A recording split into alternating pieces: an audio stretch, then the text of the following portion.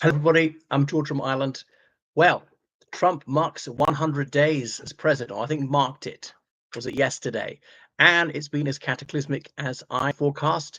Indeed, many rational people saw this coming.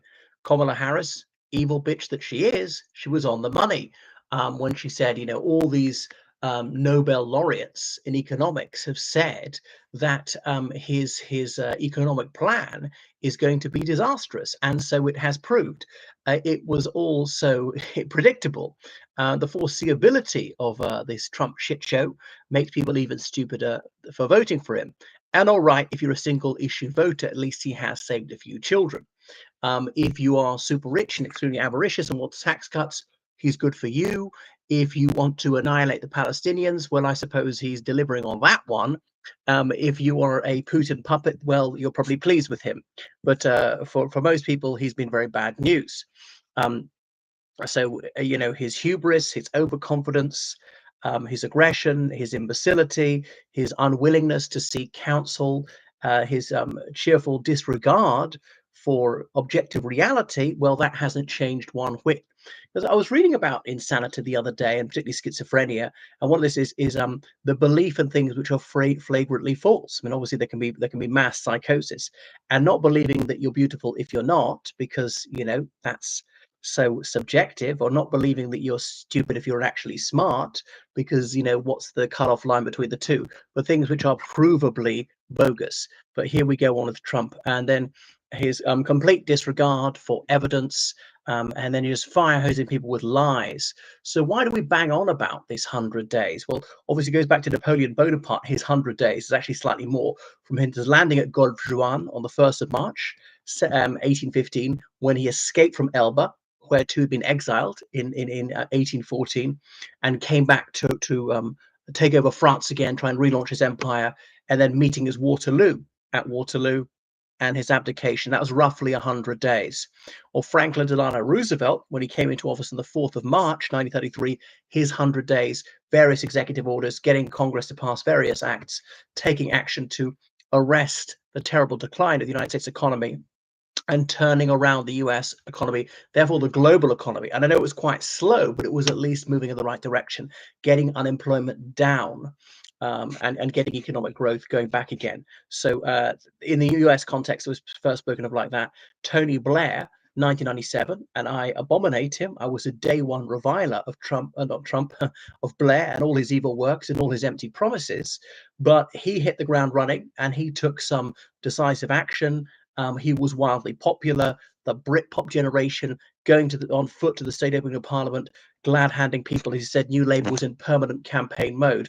He's now detested. It's hard to remember, if you weren't alive at the time, just how much Blair walked on water with these stratospherically high poll ratings. The political big tent was going to pull everybody in and seem so modern, so reasonable, was very media savvy, was relatable, all the rest of it, the trendy vicar with his guitar. And although he was only, let me see, about 10 years younger than his predecessor, John Major, really he seemed like a century younger in his mindset and approach.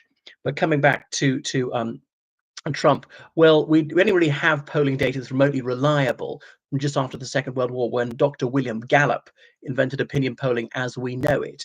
It was a very inexact science prior to that, and obviously it's got more and more accurate, but it can't be bang on accurate. You can only give absolutely accurate if you ask every single person, everyone answers you, everyone tells you the truth, nobody changes his or her mind and stuff like that. So you can only have a sample and try and make that as reflective as possible of the demographics. But anyway, so he's the second president ever to serve two non-consecutive terms. I'm trying to think, who was the last one? Was it Grover Cleveland in the late 19th century? So he's got a dreadful approval rating. He signed a blizzard of executive orders. He's only 44% approval rating. Okay, it's not quite as unpopular as he was in 2017. There he's talking about going for a third term, which obviously be blatantly unconstitutional, but unconstitutionality has never stopped him doing anything. He's refusing to bring people back who were illegally deported to other countries, and so he's going against the Supreme Court. That's a blatant breach of the Constitution, saying that the Supreme Court can't judge on constitutional matters? Yes, it most certainly can. That's what it's there for. In many other countries, it's called the Constitutional Court. That there is no limitation to what he can and cannot do, and so on. So he is a convicted criminal, and like, what else would you expect? He's pardoned people who committed violent crime in the U.S. Capitol on the 6th of January 2001, the Feast of Epiphany. But I'm sure as a pretended Christian, he wouldn't know what that is.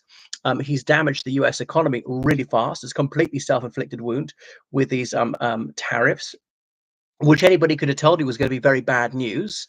And then he has performed a volte face on that one. He doesn't have the courage of his so-called convictions, and yet there's still uncertainty. And goods were going to be delivered in the United States, they're not being delivered. Is moving into recession already, and everybody saw this one coming. He can't say that he wasn't warned. He surrounded himself with a camarilla of the most abject, craven sycophants, or say anything, do anything, just to be in his good graces and just to get the job title. Now, I know there's an element of sycophancy and conformity in any walk of life, particularly in politics. I'm afraid those reptiles who inherit the Trump White House just really are the lowest of the low. Well, they're absolutely invertebrate. So he's not really pro-business, and he's damaged the stock market and so on, which he regarded as the main metric of his success, his so-called Liberation Day.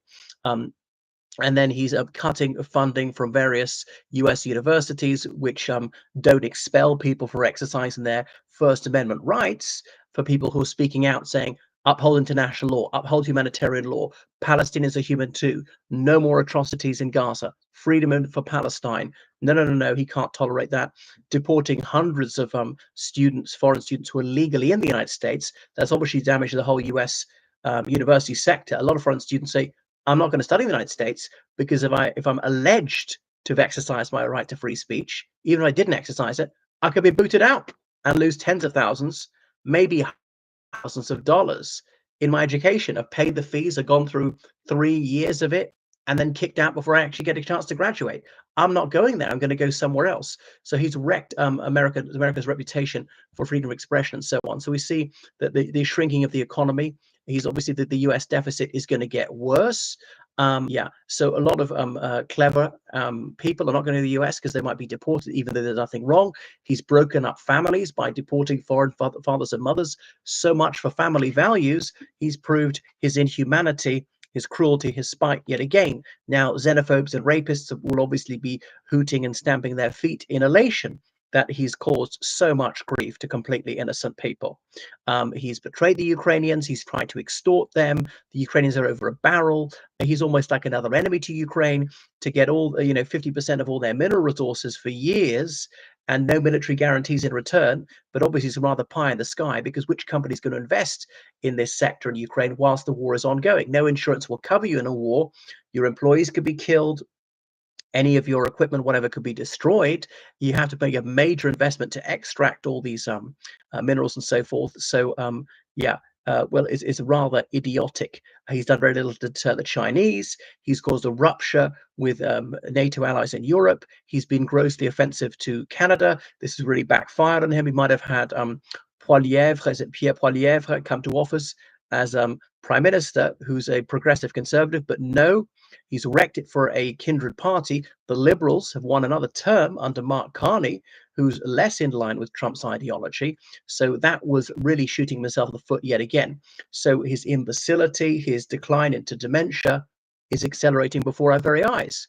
Anyway, so that is Trump. It was all to be expected.